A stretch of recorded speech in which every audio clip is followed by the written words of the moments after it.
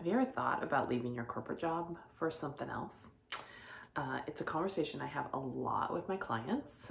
Believe it or not, lots of executives are fantasizing about leaving, mostly so that they can refuel and find a way to give more meaningfully. So that's this question is about this exact topic today. So if you're thinking about it, this may be helpful to you. Okay, so here's how the question came into me. In 6 days from now, I'll be unemployed for the first time since I was 15 years old. After 26 years of working full-time in a corporate environment, I quit my job without a next step plan.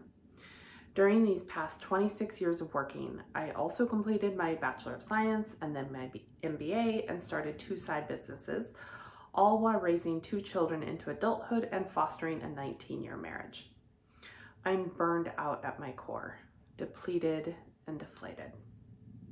I've lost my passion, my gusto, my drive for achievement. I knew I needed to leave to reconnect with myself and figure out who I wanted to be for the second half of my life, but I have no idea where to start. How do I rediscover who I am and what I have to offer to this world? Whew, I want to give you a hug right now. This is huge. This is huge. This is a major, major life shift. And again, I have this conversation a lot. I could talk for hours on this, and I'm not going to, but I first and foremost want to say, I am cheering you on. You have already taken an extremely courageous step in listening to something deeper within you, your soul. You had a knowing, you had a longing, an inkling, and you followed it without a next step plan. Not everybody can do this. I love that you've created enough space and abundance for yourself to be able to do it.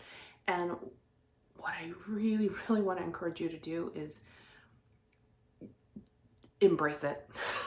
You do not get this time very often where you get to just be in this incredibly creative,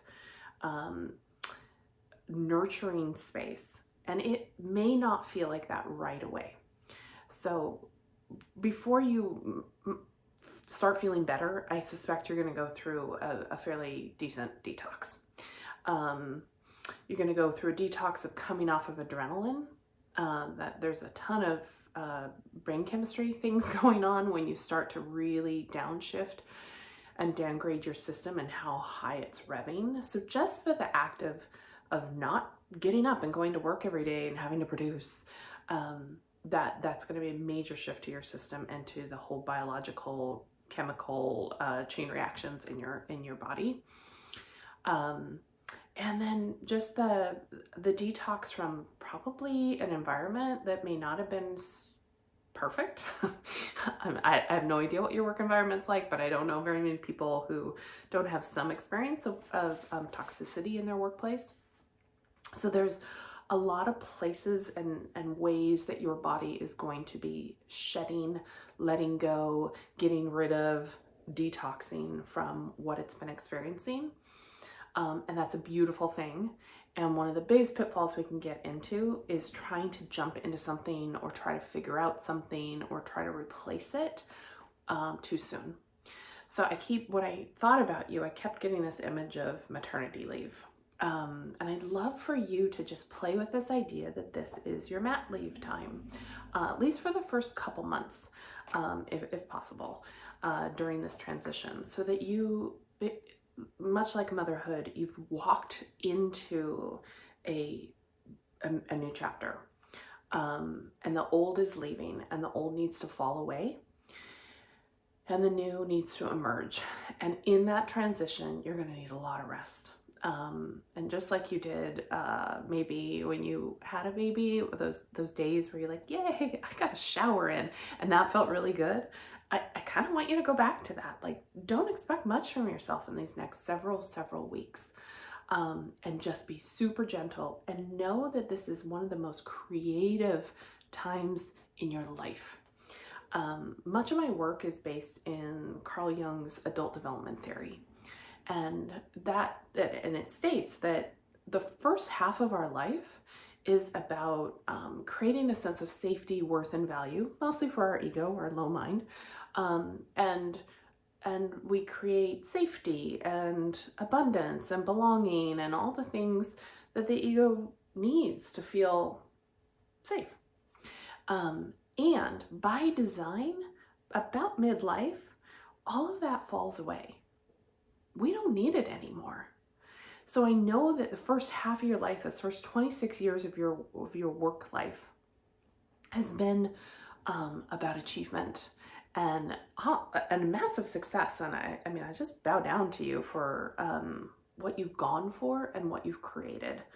And if you don't feel motivated right away, that's actually beautiful. I would say you are right on track. So you're going to go through this massive transition, and allowing that external motivation, the motivation or the achievement-driven behaviors, those are hopefully not going to last. But what's going to replace that? And this is where the really rich work can come from, is allowing your inspiration, your actions, to be driven from something inside. So allowing and tuning into what is it that actually wants to happen through you. So you talked a little bit about, what do I have to contribute to the world? Well, first and foremost, you just being here, that's enough. Your presence is enough. And I sense, if I know people like you, and I kind of know this for me too, is there's something else that wants to come through. Your job is to get really curious about what that is. Your mind does not have to figure it out. You are already listening to your soul. So I'm going to encourage you to keep doing that, because it's taken care of. It's taken care of. Your soul knows what wants to happen. Your job is to be quiet enough to listen to the subtleties in your body, your mind, your spirit, enough to follow the inklings. They may not be huge. They may just be tiny breadcrumbs of, oh, I want to go do some writing. Or, oh, why do I feel like I want to go volunteer at that shelter now? Or, that's so interesting, I've never even thought about picking up a paintbrush.